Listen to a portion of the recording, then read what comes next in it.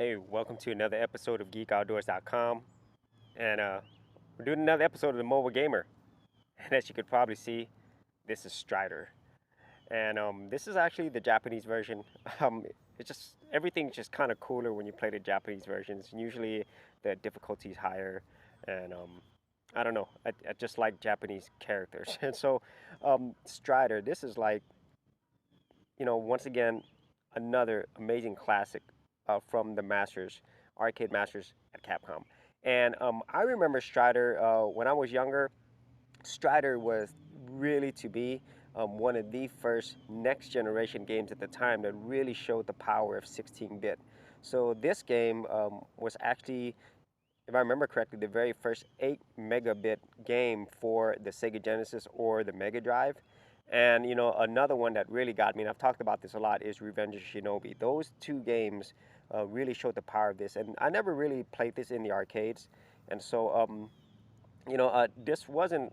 I don't think this was like something that was readily available in the arcades, and I forgot that villain's name, but so the whole thing is, what's cool about Strider is, it starts in this Russian setting, but what's cool about it is, his name is Strider Hiryu, and he is actually a ninja, and I've mentioned this many times, but back in the 80s and 90s, ninjas were really big, not just in movies, but also in gaming. And I didn't really know that he was a ninja, to be honest with you, because when we got the version of it in the US, the box cover was pretty ugly, It had some like, I don't know, it kind of reminds me of a Flash Gordon type cover, whereas the Japanese version, he looks, his anime inspired, looks a lot cooler. And this game, once again, Capcom, back then they could really do no wrong because the graphics in this were, as you can see, absolutely amazing, and the sound was also good as well. And of course, the play mechanics. It's like this is so cool. I mean, you're just jumping around like it's nothing, and then, well, if I would stop dying, there's these really cool power-ups. I just like the way the characters look, and I also like the way that they move, and his blade, his laser blade is really awesome. Well, it's actually a laser saber. And then, he has other moves too. Like he has the sliding move where you could just, when you press down to jump, he just does that cool slide. And the characters in this game, they're really inventive. Like this guy, this very first mini boss. And, oh wow. And the Japanese version is definitely much harder, I think, than the US version. And I'm going to try that again. So this first guy, he kind of reminds me of Arnold Schwarzenegger. I think that was the whole idea with this one, kind of like. And the set pieces they have, I want to call them set pieces. That's just some cool stuff, especially when you're a kid and you see that for the first time. You're just like, wow, that was so awesome.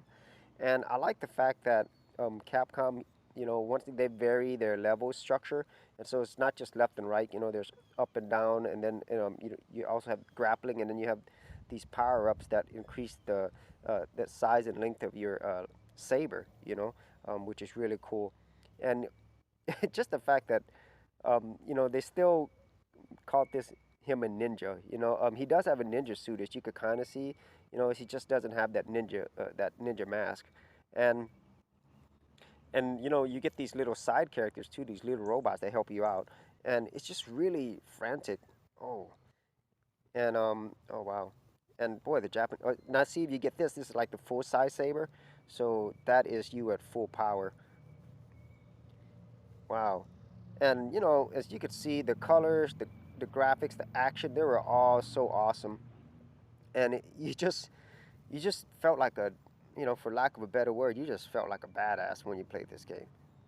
Now, there were other versions of this. This is, to me, this is the definitive version. But after this, there was a Strider 2. There was actually one on Genesis made by US Gold, which was absolutely horrible. There were also PC ports as well. And then, by the time you got the PlayStation era, there were actually true sequels on this. It was like more polygonal, and those look really awesome. I mean, I remember playing the PlayStation version, and they mix 3D graphics along with the side-scrolling aspect of it. And although it was cool, for some reason it just really never captured the essence of the original. And the Nintendo version was much, much different. It was more like an action RPG type game, and a lot of Nintendo games were like that, including Ninja Gaiden, because the hardware wasn't able to reproduce the type of graphics here, so to turn it into a more RPG type game because then you could get longer play out of it. And it wasn't until, I would say, to be honest with you, it really wasn't until the Strider remake on the PlayStation, was it 3 or 4? I can't remember, where, it kind of got back to its roots and, it got some of these old play mechanics. But yeah, I should have played the US version because this version is a lot more challenging. I mean, I've died so many times, and I could usually get through this game pretty good, even with the digital control, but they're relentless. So, yeah, as you could see, this game was just one of my favorites. I keep saying that a lot, but this one truly is. I mean, I'm probably going to be playing a lot of my favorites at the beginning. There's so many games that were available in the arcade. I'll probably never get through them. Wow, this is relentless. So that is it for this episode of Mobile Gamer. If you remember playing Strider, leave your comments and ideas. I would really like to hear your experience with it, But for my own personal experience, Strider, I really first got into this in the Sega Genesis, and it really impressed me a lot. I mean, this was something my Nintendo and my Sega Master System could not do. So thanks for watching. We'll see you on another episode. Thanks for checking out this episode. And as always, if you like these videos, be sure to click on the subscribe button. And for full written content, audio content, and additional geek stuff, head over to geekoutdoors.com. And I'll see you outdoors on the very next episode.